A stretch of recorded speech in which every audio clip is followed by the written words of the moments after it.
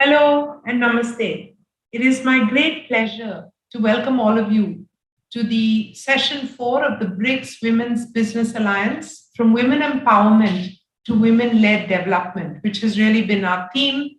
And we talk about new ideas and new approaches. I'm Sangeeta Reddy, Joint Managing Director, Apollo Hospitals, and Chairperson, BRICS Women's Business Alliance.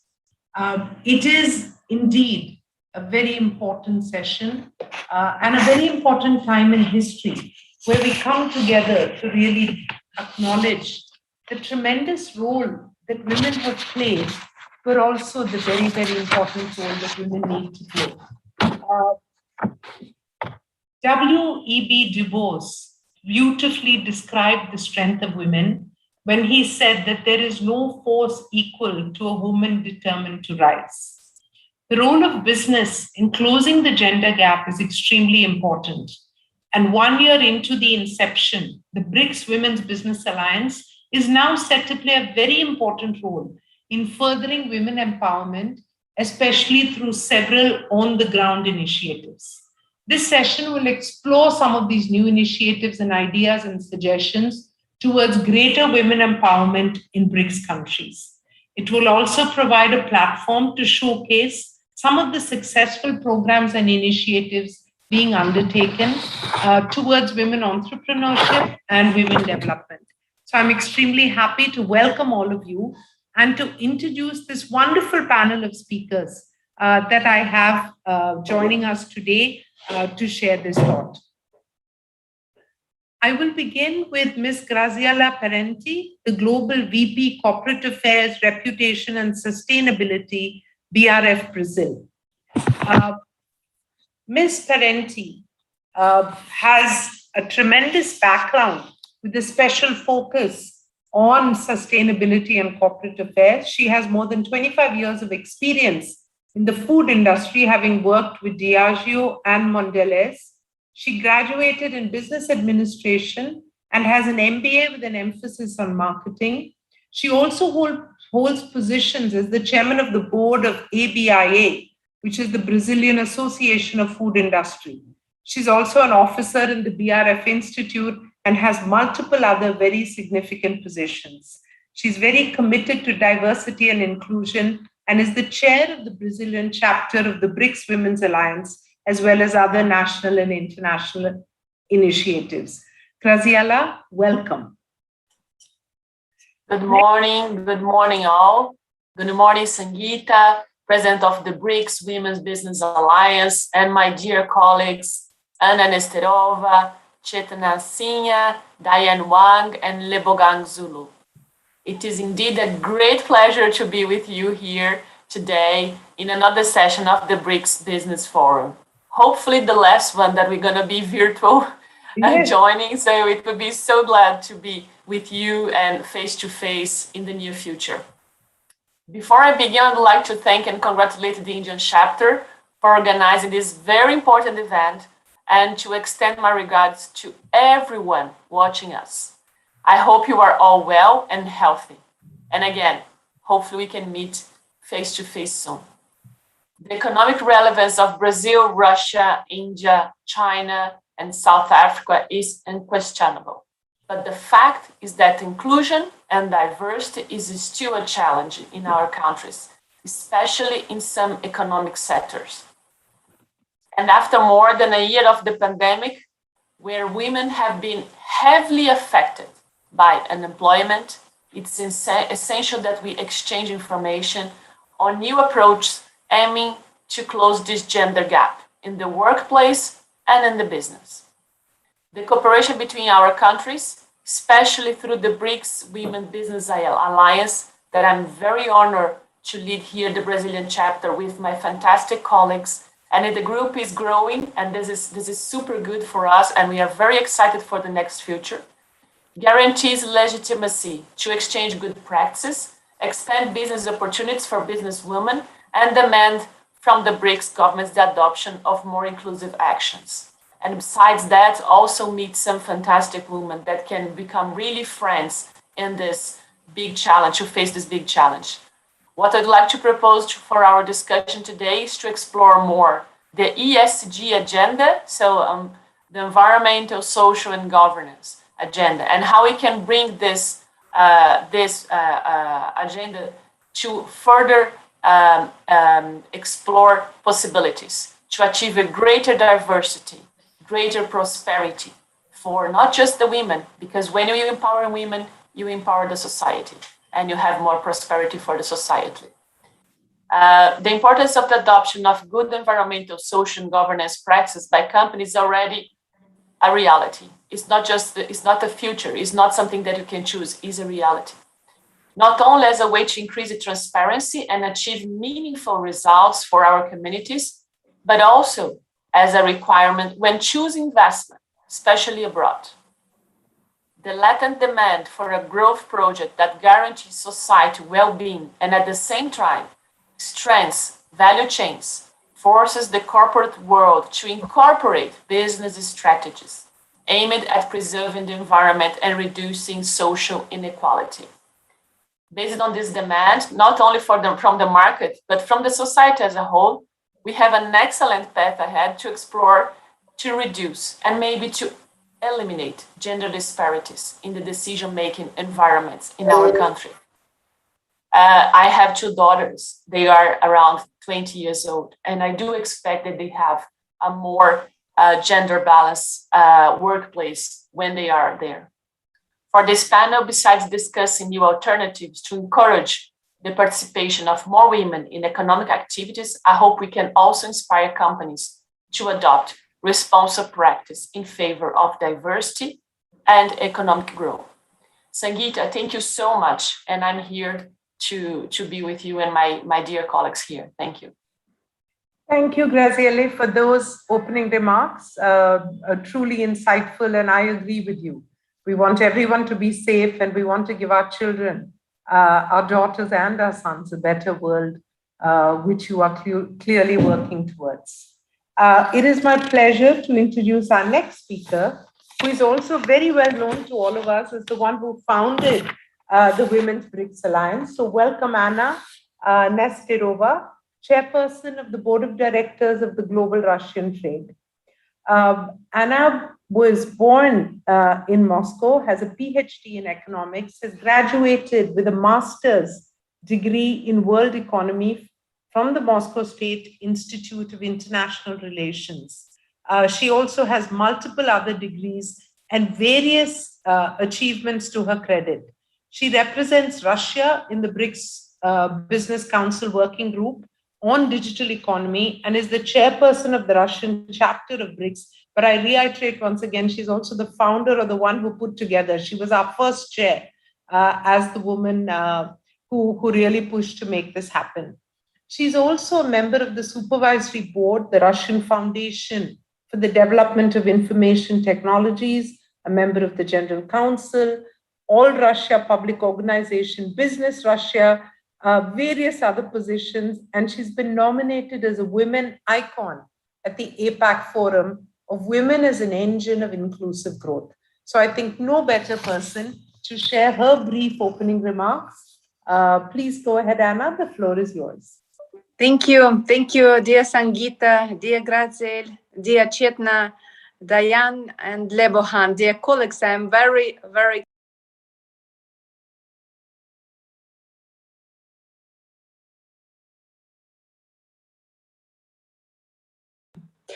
First of all, I would like to thank the Indian side and personally the chairwoman of the Indian chapter of the Alliance, Sangeeta, it's you, for the amazing organization of the forum and for the active work throughout the year. It was a difficult year, we know. Despite the fact that this year turned out to be very difficult for our dear colleagues from India, all plans outlined within the Russian presidency in BRICS were fulfilled with maximum efficiency.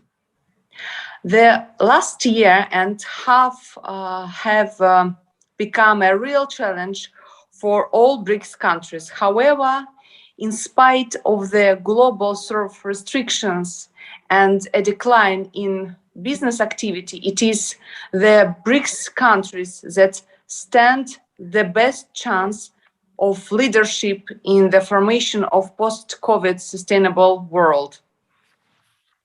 As I already noted yesterday, the current situation and global trend towards isolation have not become an obstacle to the development of partnership between our countries. Thus, China and Russia have announced plans to build a lunar space station. We have signed already agreements with a number of pharmaceutical manufacturers from India for the production of Russian vaccine Sputnik V. Brazil remains Russian leading trading partner in Latin America. We traditionally cooperate with South Africa in energy, technological, and agricultural sectors. Partnership in the pharmaceutical industry is also seen as promising. Women entrepreneurship has become another point of interest in our countries. BRICS Women's Business Alliance officially launched its activities within the Russian presidency in BRICS, and just in a year, the alliance has already built a clear organization structure with working group and extensive agenda that does not overlap with the main areas of cooperation of the BRICS Business Council. Alliance chapter members initiate comprehensive projects for multilateral cooperation. Active work is being carried out in the field of innovative development. This year, Russia presented the concept and resolved the support of all partners in developing BRICS Women's Business Alliance platform, which will become the basis for building partnership between women entrepreneurs. The Russian side also launched cooperation in the natural farming sector, proposing the creation of the BRICS Organic Farming Association. Other initiatives of the Russian chapter include the development of the BRICS Tourism and Transport Fire Safety Toolkit and organization of the BRICS Cultural Forum Green Fashion and Universal Design for promoting of brands and female designers within BRICS countries. Our Indian colleagues have prepared a compendium of positive stories of women entrepreneurs, as well as developed the terms of reference of the alliance. A number of energy security initiatives have been proposed by South African counterparts. Our Chinese partners held the BRICS Women Innovation Contest. I would like to underline that the Alliance project occupies the attention not only for our BRICS partners, but also other parts of the world. The interest of foreign partners to the Alliance is so high and considerable that it is necessary to already talk about expanding the format of our interaction within non-BRICS countries. BRICS plus cooperation highlighted in Semaine and Johannesburg Declaration seems quite promising for us if our BRICS partners deem it possible. Women are soft power, and based on the principles of equality and inclusivity, we would be open and pursue equal-footed and flexible practices and initiatives for dialogue and cooperation within BRICS countries and the whole world. Thank you very much for your attention. I would like to give the floor to Ms. Elena Chashina, if Sangeeta, it's possible, just for 1 or 2 minutes. She's the chairperson. She's the Russian chapter member and chairperson of the Alliance Working Group, and she is leading, Russian company Epatos Group. It is a group of companies, and Elena Chashina, she's the winner from Russian in the Chinese initiative in the BRICS Women's Innovation Context. Elena became the winner, and we are very proud that our ladies, from Russian side also was nominated, and she win in this Chinese initiative. Dear Elena, please, you have just, Sangeeta, is it possible just one minute? Elena. Thank you very much. Yes, Sheena, welcome. We also acknowledge the fact that you're one of the main designers and the producers of powder, aerosol, gas, and water mist fire extinguishers in Russia, and that you've developed a new manufacturing site as well as a capability in lean manufacturing. So welcome, Elena. We'll briefly hear from you. Thank you. Thank you, dear colleagues, dear friends. I'm delighted to greet you at the BRICS Business Forum. And I am proud to represent the women of Russia here, and I would like to thank the Indian side for organizing the forum, as well as our Chinese colleagues for providing a chance to present ourselves in the international arena through the Women Innovation Contest. It is a great honor and also a great responsibility for me to become a winner of this contest from Russia. In 2016, I became the head of an innovative company with a truly masculine face. We set out with the aim to develop new modern technologies and apply them in the production of fire extinguishing systems for use in almost all areas of human activity. Therefore, I personally regard winning this contest not solely as a recognition of my own efforts, but more importantly, as recognition of the role of women in the business society. Women of the Alliance demonstrate how to be successful, overcome preconceptions, and demonstrate that, regardless of gender and the type of activity, it is of vital importance to accomplish outstanding things, especially at this challenging time of rapid change. We are having the wonderful representatives of the BRICS Women Business Alliance with us here today. Each of us represents one of the 5 countries through our own success stories and significant, at times even life and death, accomplishments. The BRICS community resolves global issues of connecting countries. By greeting all of you, people from all around the globe, here today, I feel that the world is getting united and digital technologies are becoming a language understandable for all. At this forum, we are going to discuss issues of global importance, and I would like to encourage you to uphold our core values, create, be creative, and introduce improvements that are common values of the women's community, which will help to shape the path to the future world, the path of sustainability and growth. Once again, I would like to thank all the BRICS organizers for bringing to light the topics, which are, in my opinion, crucial at this challenging time.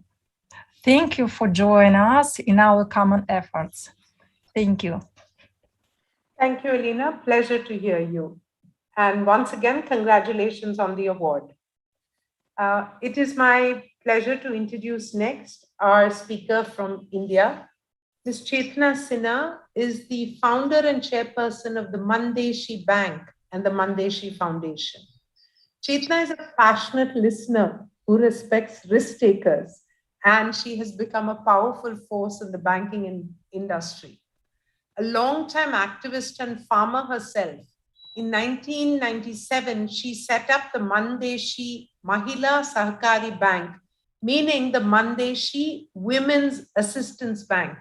And it was India's first bank for and by rural women. Today, Mandeshi has over 100,000 account holders and has loaned money to over 70 million people. She regularly creates new products to support female entrepreneurs, supports them, has started among the first business school for rural women, has created call centers because women are more comfortable talking on the phone than walking into a bank, and thereby enabling this financial inclusion. She is really an icon. She's worked at multiple levels in the agri sector as well, including creation of check dams, which have impacted over 50,000 people. And Chetna has also served as the co-chair of the World Economic Forum in Davos, Switzerland, and has also been acknowledged for her multiple efforts to help women with the Nari Shakti Puraskar, which is among the highest civilian honors for women in India, presented by the president. And while she's helped over 500,000 women, her aim is to take that number up to double it to almost 1 million women. So good luck to you, Chetna. Please, we look forward to hearing your opening remarks. But I would request you to really share with us, India, despite good effort of women like you, we have among the lowest women participation rates in the world in credit. So, there have been stories of women's entrepreneurial success. Forbes recently had, a lot on that as well. But the problems pertaining to credit, to support of women financially, all these remain. So would you like to talk to us about new efforts towards empowering women, which may be shared by, our colleagues in other countries? Please, the floor is yours, Chetna. Thank you, Sangeeta. And good afternoon, good morning to all respected chair of respected countries at BRICS Alliance. So hi, Anna, hi, Xian, hi, Grazilia, hi, Levogong Zulu, and Sangeeta. So proud to be a part of this whole BRICS Women-Led Business Alliance, particularly, from Anna. Now we have Sangeeta who is chairing this. So thank you very much. You know what, when I listen to all of us and when you come to such platform, you feel so confident, right? That, as a team, we will be really able to make some very significant changes on the index of women and entrepreneurship. When I say that, actually, as Grazilia, you rightly mentioned, right, that the gap is huge. And how are we going to bridge the gap? Or Alina and Anna, you also mentioned, right, that this whole sector of women-led businesses, there's so much that we need to do. But when I was like, as Sangeeta mentioned, that, being part of all of us on the global forum, we see that a lot of, like Bloomberg said, that it will take 200 years to bridge the gap of, gender gap. Bridge the gender gap. And I was just thinking that, do we want to wait for 200 years? Like, why would we wait, right? No reason. Even in WEF, the report was that to close the gender gap globally, it will take 135 years. And the question is like, who is going to be alive for 135 years, right? We want to close that gender gap when we are alive. And if we want to do it, I do feel, Sangeeta, that leaders like all of us, or leaders like all of you, when we come together, we do take this pledge that we reject to fathom that it will take 135 years to close the gap, or it will take 200 years to close the gap. We don't want to listen that. And when I'm saying that, I always find that there are so many women in rural India who are there and who are ready to take these challenges and want to face that, and not only just take the challenges, but suggest us the innovative solution. So as per your Sangeeta's, as per your instructions, I would just like to share some humble voices from our women. And when we were talking, right, all of us, we are saying that hope everybody is safe, hope everybody is well, because times are so hard. And when we talk about these with ourselves, at the last mile community, they have been facing so much. But you get such a hopeful voices from there. And let me share with you that when I started bank, you know what? Nobody was ready to believe that these women can set up the bank. Everybody told them that no, you cannot. How can you set up the bank when these women are not literate, right? So every step there was rejection. But you know what our women said? That we are not literate, we cannot read and write, but we can manage our finances, we can count. And they challenged the central officer that ask us to calculate the interest of any principal amount. If we fail, don't issue the license. I'm so proud to share with all of you that with this confidence, when Mandishi Bank was bank started, and today we have more than 500,000 women who have never been to the high school, but they are running and they have scaled the business. Now, how that was possible? So we started a business school for rural women. And Sangeeta, at any time, please, because with this passion, I will go. So please, you can stop me. But what I'm trying to say is that this whole digital business school where women come and learn, they have not gone to the high school, but they are doing digital transactions through ATM. They are doing mobile banking with the mobile app. And when they are doing this and when they are setting up their business, I'm also so proud to share with you. And last time in the last meeting, Anna, we had a presentation from Russia, right? We had a presentation from China about the digital e-commerce platform. So I see here that so many women in India, one of our women, Rupali, she is producing masks. In one full year, she has produced more than 2 million masks, and she has trained 500 women how to make the mask and given jobs to these women, 500 women. And when women without even, brick and mortar manufacturing unit, everything is virtual. In such a situation, women who have not done MBAs, who have not gone to these financial high-fi schools, but they have scaled their businesses. And women agro business, they run the agro businesses also. And as you mentioned, right, that India and Russia together, they have been doing these agreements on organic farming. Our women are also doing it. So I would just, with this whole thing, I am saying that. And also, I also see that collectively we are going to work on digital financial literacy, because we want to bridge the digital divide. With this whole digitalization, if women who are at the last mile, if they come on the digital platform, if they can do the e-marketing, definitely they are going to create the jobs. And at the end, I would say, with all the leadership of all our colleagues, that if we set up, because women do not have collateral, even globally we see that not more than 4% women own the property. When women do not have collateral, how are they going to get then access to capital?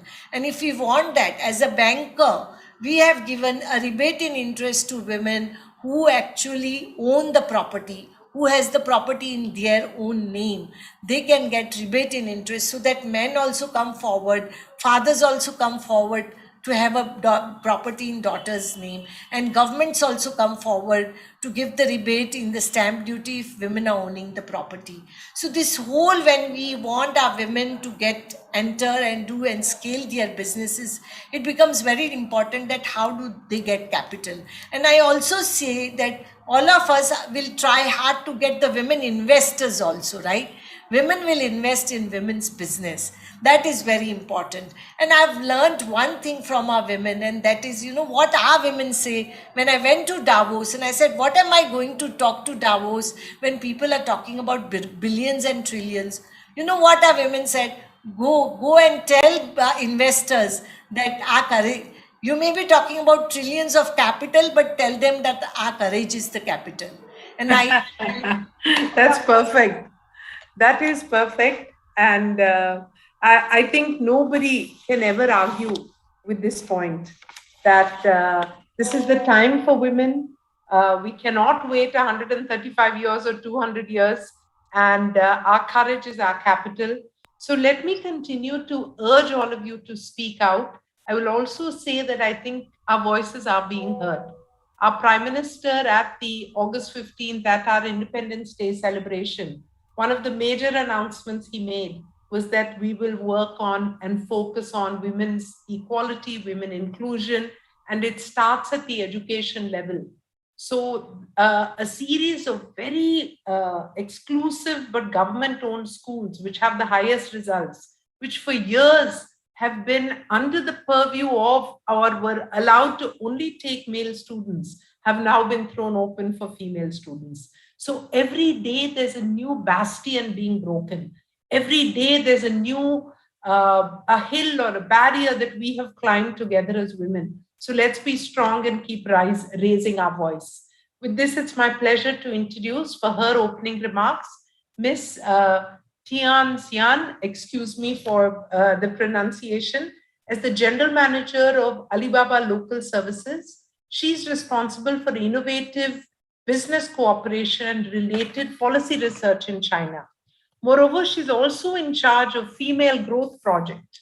The Female Growth Project is an action focusing on women's employment and entrepreneurship. It has 4 parts. It's a women's business support, it's a women's platform, there's women power and women warmth. How beautifully conceived is that, Tian? We congratulate you and everyone who's been part of this. She also has multiple other positions that she's been working in, including Elme, which holds 2.9 million active consumers and 850,000 active riders.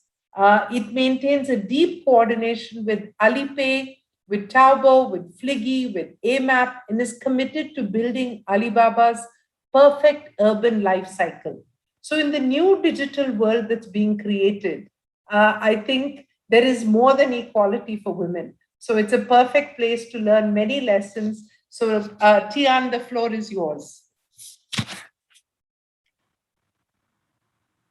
You're on mute. Thank you, everyone. It's a great honor on behalf of Alibaba Group and Alibaba's local services to participate in this BRICS Women's Business Alliance. Actually, in our company, we have different projects related to women's assistance, such as Digital Mulan, Magical Bay Mother, Her Plan, and so on. Then let me briefly introduce some of our women's projects. In 2020, Alibaba and Edge Group released the Digital Mulan Plan, which aims to reach 50 million women around the world within 5 years, and to enhance women's participation and competitiveness in the digital economy through digital means. On the Ali platform, female merchants accounted for mainly 50%. AliExpress, a cross-border e-commerce company, has more than 50% of female merchants. The average transaction volume of female shop manager on Taobao has increased by more than 110% in 5 years, which is 23% higher than male shop manager. In 2019, Alibaba Local Service launched the Her Plan, including her economy, her employment, her strengths, and her warmth.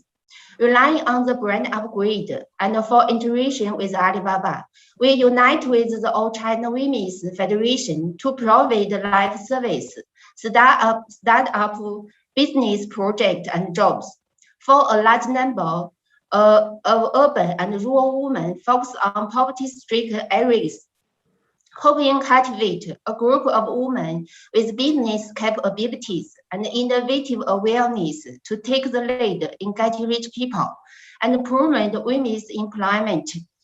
Moreover, refer to platform technology is aimed at female small and mild merchants and still employed households who have driven poor women's employment and income, and help the national female cat companies, retail shops, flowers and plants, supermarket, convenience stores, farmhouses, and other local live service industries to achieve the digital upgrade of online plus offline, in-store plus at home.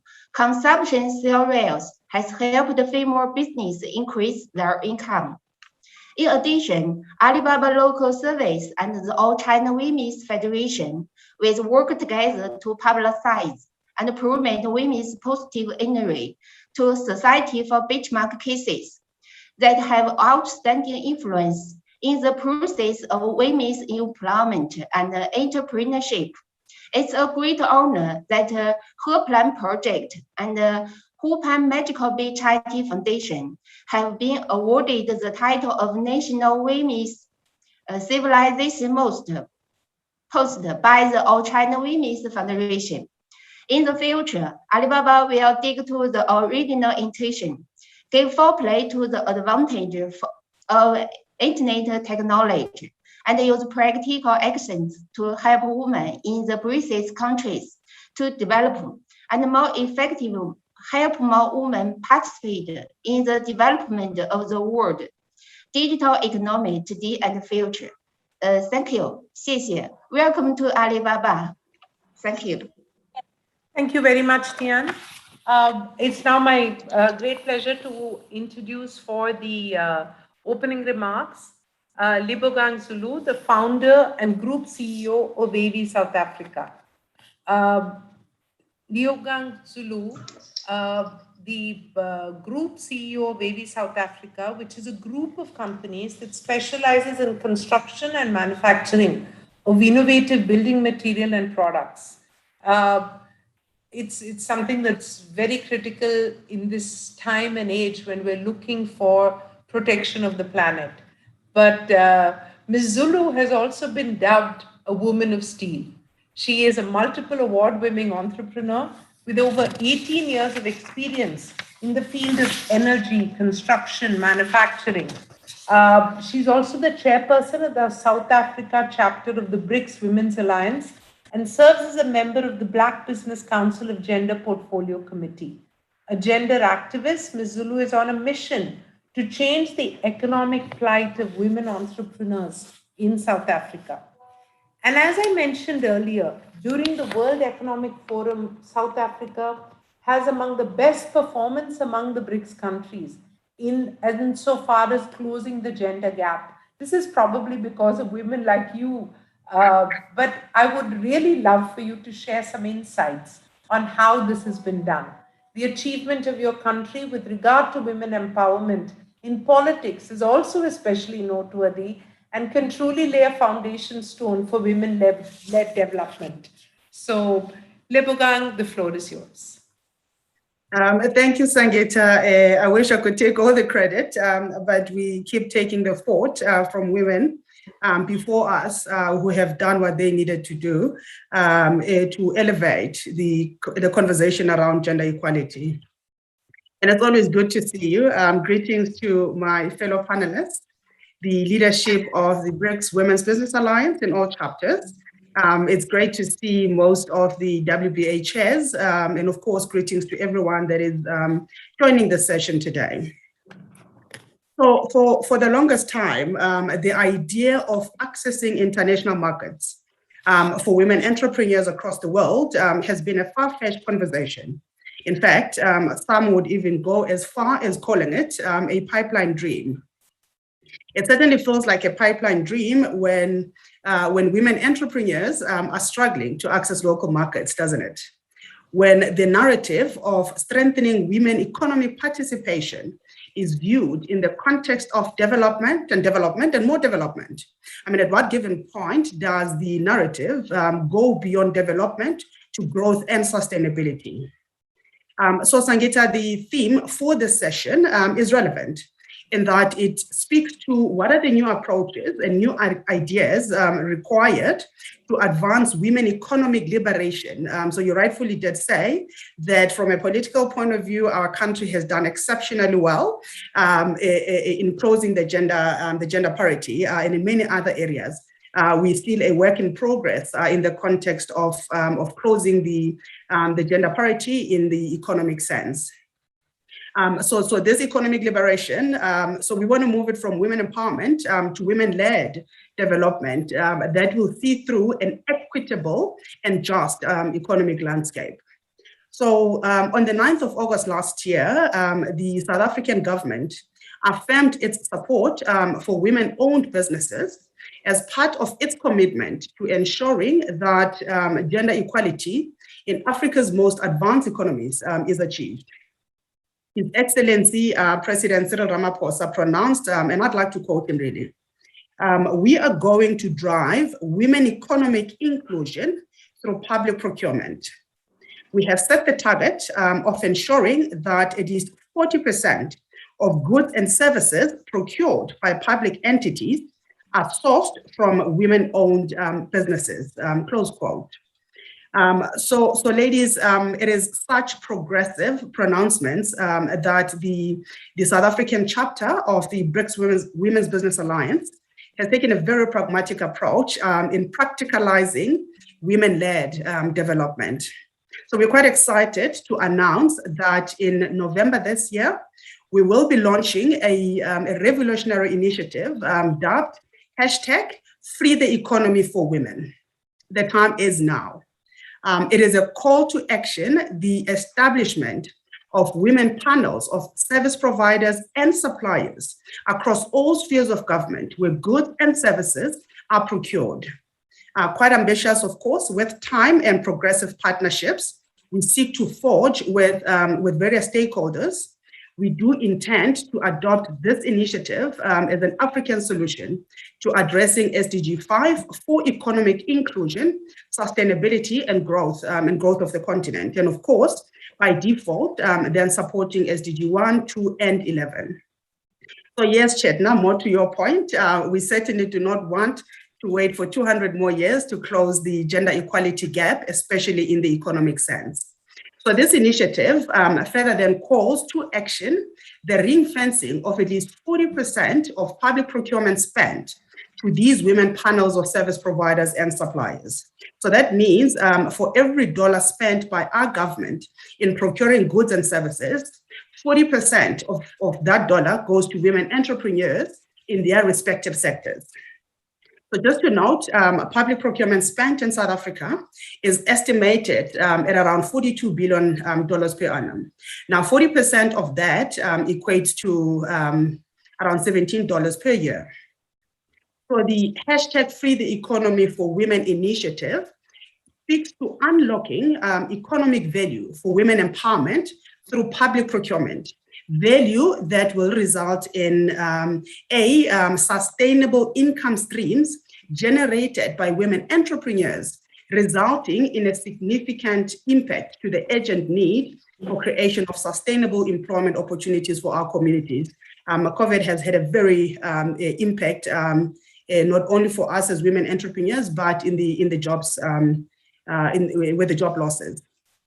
So for us, it's a trade conversation really, where we are saying 40% public procurement spent to women-owned businesses, and the return on that investment will yield 4 million jobs, sustainable jobs, by September 2023. Secondly, value from this initiative will result in improved balance sheets, which plays a critical role in unlocking barriers for access to funding and working capital needs. And lastly, this initiative will significantly contribute to the lives and livelihoods of women, resulting in better social development of families.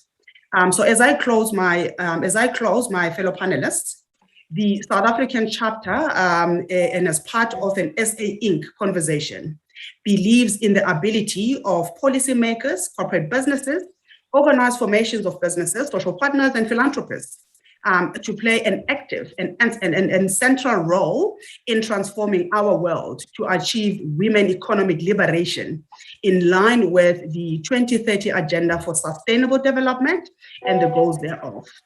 So we will be knocking in many doors, inviting key stakeholders to partner with us for the launch, implementation, and rolling out of the #Free the Economy for Women initiative, not only in South Africa, but in Africa. So we call on the BRICS and the international community, of course, to join hands with us, open their purses, and I know that there are organizations in this very forum today with some very deep pockets and different types of investment interests, inclusive of what we call SGBs, which are small growing businesses, equity investors, all for the greater good of investing in the economic inclusion and growth of African women entrepreneurs. So finally, Sangeeta, our reality is that women economic exclusion has and continues to contribute significantly to gender-based violence and other social ills experienced by women around the world.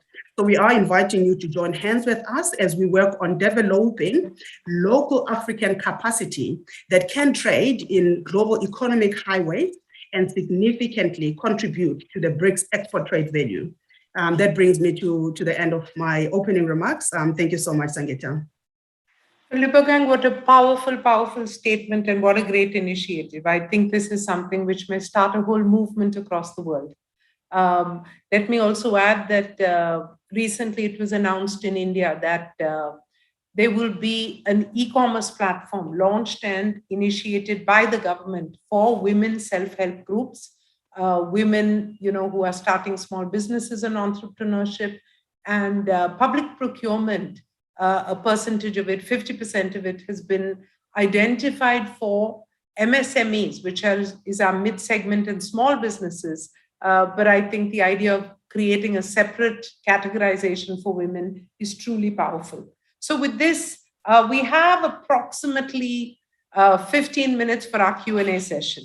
So I'm going to do something a little different and hopefully a little fun, in that we're going to use this more like a rapid fire round. So I'm going to request each one of you to go, really quickly on this one, and we'll try and do 2 questions each, but really fast. So starting with, again, a different order. Let's not use the same. We go back to Lebogang and ask her, are there any other government entities and social partners who are supporting your Free the Economy for Women initiative?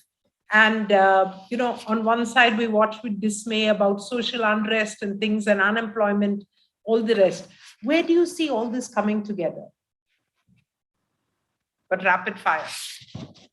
Okay, perfect. Good questions, Sangeeta.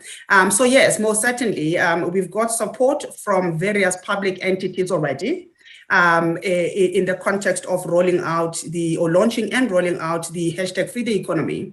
Of course, I'm not at liberty to mention names until we have officially signed on the dotted lines. But we are using this month as part of our stakeholder mobilization, following the stakeholder metrics we have developed. But all I can say for now is exciting and progressive times ahead for women entrepreneurs in Africa. And of course, we're quite ambitious and are hoping that the other chapters of WBA can then also, over time, adopt this initiative so that we begin to talk women economic inclusion in the public procurement space. So the last part of your question speaks to, the situations that we've experienced in the country in terms of the looting and the riots, and how that has impacted businesses, and of course, and how this initiative then responds to that. And so I would say the hashtag Free the Economy initiative speaks directly to curbing the rising trends of women-owned business failures. It represents opportunities for consistent generation of revenue streams, which is essential in the creation of sustainable jobs. Part of contributing factors to the recent riots has really been exactly that, the rates of unemployment. I mean, we're sitting with just over 12 million people who are unemployed. So it's business unusual. We've got to take different approaches to addressing the unemployment crisis that we do have as a country, but that cannot be done alone. It needs a collaborative effort from government and private and public sector, of course. But seeing that I'm here to lobby for investment partners, sorry, I have to say this part, Sangeeta. We are here looking for BRICS countries to support us. So I'll be amiss if I do not mention this part. To say that we are here lobbying for investment partners for the rolling out of this initiative. So as I conclude, I want to say that investing in Africa's small and growing businesses presents various investment opportunities. I mean, for example, private equity investment opportunities. I did say earlier on, SGB investors act as a growth catalyzer with clearly defined exit terms and timeline opportunities. So we really are looking for that kind of support from our BRICS partners. Thank you. So Lebogang, I think, that's a large subject, and maybe if you, either we organize a separate session for you, or you give us an overview, and we will ensure that it gets mailed and circulated to everyone. It is a significant idea. Moving on, I think I'm going to go back to our first speaker here. Raziel, I really, know about your deep commitment to ESG. And I also think that so much of the environment has gained a great deal of prominence.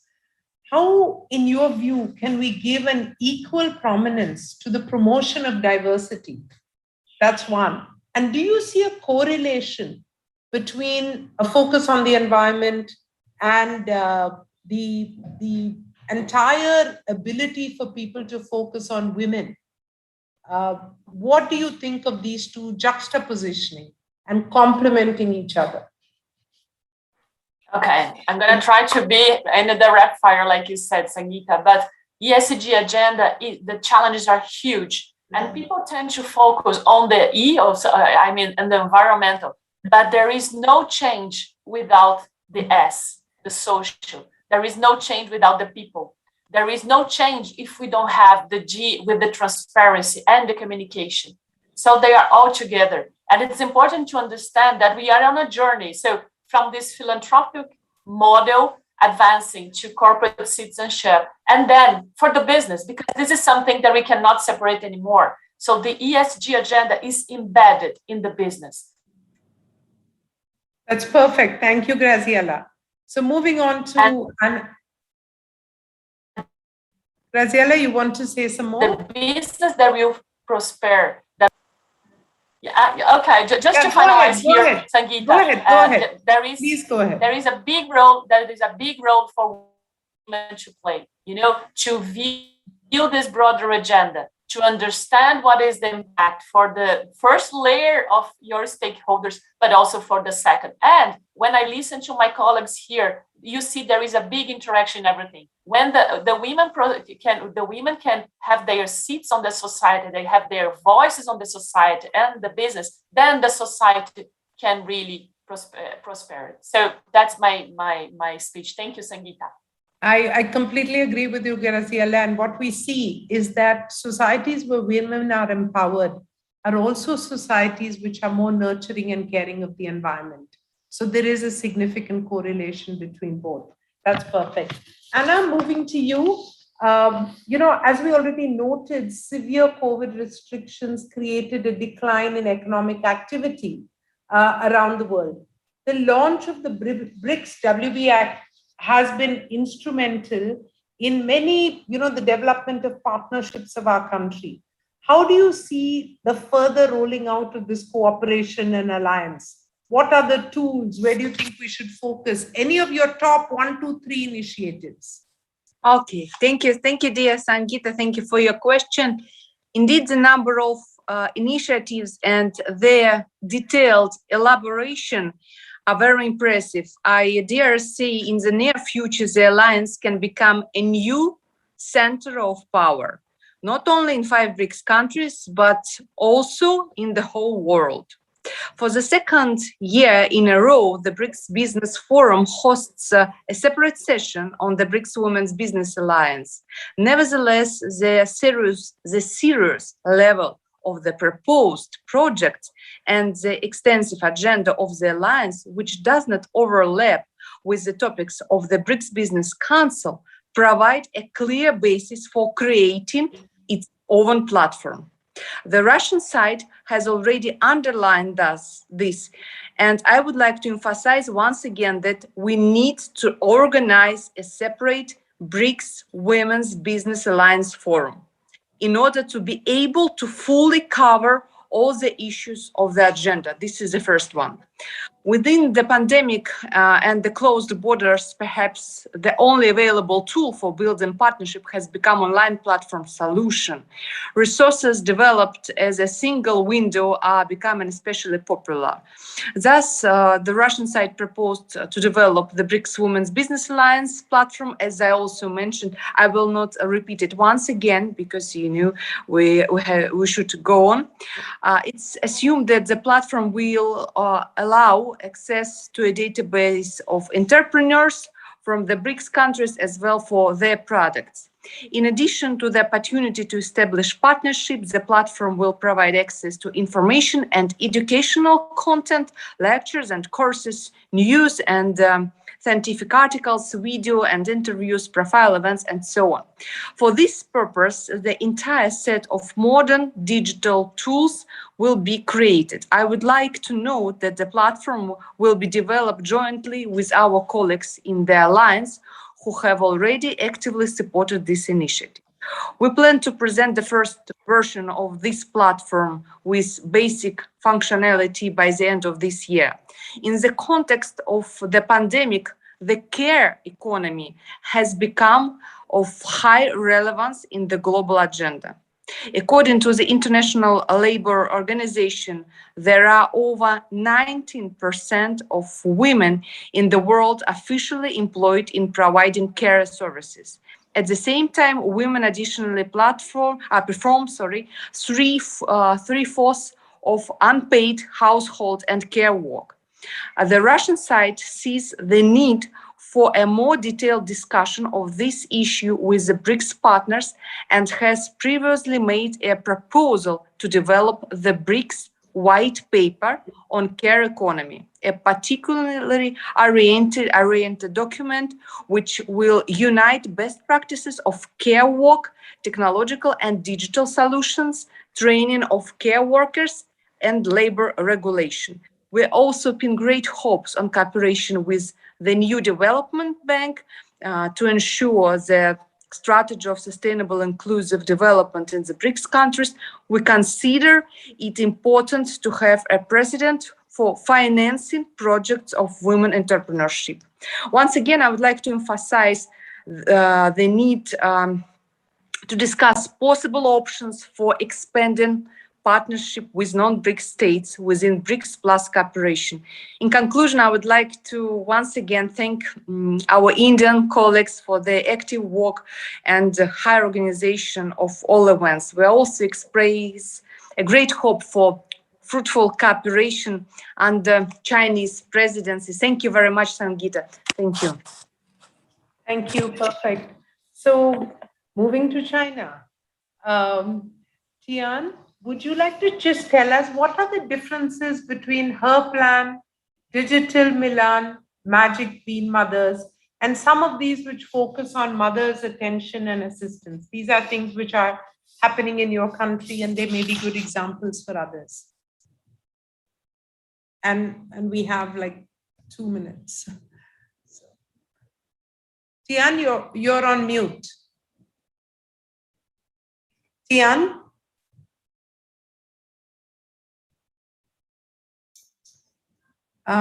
Tian? So if we can't get her, I will quickly move to Chetna. For some reason, I think her volume is off. So Chetna, the Mandeshi Foundation has taken up impactful work in micro-entrepreneurship. Your message was about helping women scaling businesses. Would you like to share with us just what are the 1 or 2 things which help establish, after you establish, how do you help scale? I'm sorry, I think Tian has come back on. So Tian will finish with you. You will talk to us about her plan, Magic Bean Mother, what they are and what are the differences, and then Chetna will move to you. Tian, are you on?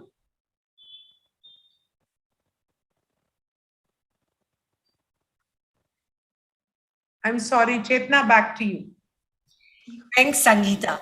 So very briefly, I'll tell that in pandemic, what we saw was that there was a lockdown, but women took over the businesses and they started their household business. 2 things which I saw very clearly that played very significant role is that, we have talked about microcredit, but micro enterprise require a very different product innovation, and we have to create a business model for that. And as Zulu mentioned, that working capital loan to women to set up and scale the business, that is one which we should take up, and we have taken it up. That is one. And second, that if you want to scale, then technology becomes very important. When women-led business are started, they should get mechanized, and women are ready for that. And when women talk about the technology, we have always seen that lot of second-hand technology. They say used machines, used everything. But if they get machines, then the women can scale their business. So I would like to say 2 important things: capital and technology. With that, micro enterprise businesses, we will have a good case business model for micro enterprise, investing liquidity, bringing in women-owned micro enterprise business. So thank you, Chetna. I think that's perfect. There's women with the strength and the will and the courage. There's technology, there's capital, there's know-how. And I think there's a supporting environment which enables things, including public policy, whether it's public procurement from micro business, whichever it is, it's a multitude, and it's creating an ecosystem of change which enables this diversity, inclusion, equality in a sustainable manner. So with this, I'm going to try Tian one more time. Tian, can you hear us? Hi, there you go. So hi, would you like to share with us just very quickly, what is the difference between her plan, Digital Milan, and Magic Bean Mothers? Because these all sound like wonderful initiatives. Of course. Her plan focuses on female participation on the local life platform, including female motivated and female readers. Digital Milan focuses on female small and micro entrepreneurs and supports impoverished women to urban more equal development. Magical Bee focuses on women who are waiting for employment in less development area across the country. Thank you. Thank you very much. So that's perfect. You've heard lessons from various countries. You've heard inspirations. You've heard the common commitment that we must move forward and we must accelerate the pace with which we move. And we have promises of connects, of sharing of knowledge, and of support of each other's ideologies. So all of you, please feel free to reach out to the Secretariat. Sulu, I have seen your question, and the Secretariat will reach out to you and connect you with Chetna so that you can discuss further on microfinance and initiatives there. Graziella will be very happy to take up that connection. And Anna, I believe the report on the entire care economy is an important one. I will propose that we all work on it collectively using a virtual mode or a virtual methodology. We will develop a framework or request you to assign somebody to do so, and we will all contribute to this ideology, which I think collectively we can present at the BRICS Women's Forum during the international conference. Because this is truly a capture and an acknowledgement of the silent role, but very critical role that women play in so many areas. I don't think we need any more inspiration. I know we have lots of ideas, but I want to end with one thought. Yesterday, many of you may have seen a picture of people fleeing from Afghanistan, of people crowded, some who fell off the airplane. I saw one picture of over 7,000 people crowded in one area as they were trying to escape. They had been put together to say these will be transported next. What struck me was 85% of those people were men. If they were leaving the country, what is happening to their women and children? So the cause that we stand for, of equality, of liberation of women, of economic capability, are all very important themes, not just for each one of our countries, but for the whole world. So let's continue with the courage to stand up, to speak, to deliver, to support, for each one of us to help many, many others. All the best to all of you. Have a wonderful rest of the day and take care. Stay well, stay healthy. The very best, and namaste. Thank you, Elena. Namaste. Thank you, to all of you, and bye-bye. Have a nice day. Bye. Namaste. Bye. Namaste, namaste, Sangeeta. Thank you very much. Thank you. Thank you. All the best. Missing Really you looking all. forward to seeing all of you in person. Oh, me too. I really hope we can do that soon sometime. All the best. Me too. All the best. Thank you, Thank Sangeeta. Thank you. Thank Thank you. you. Bye. Thank you, ladies.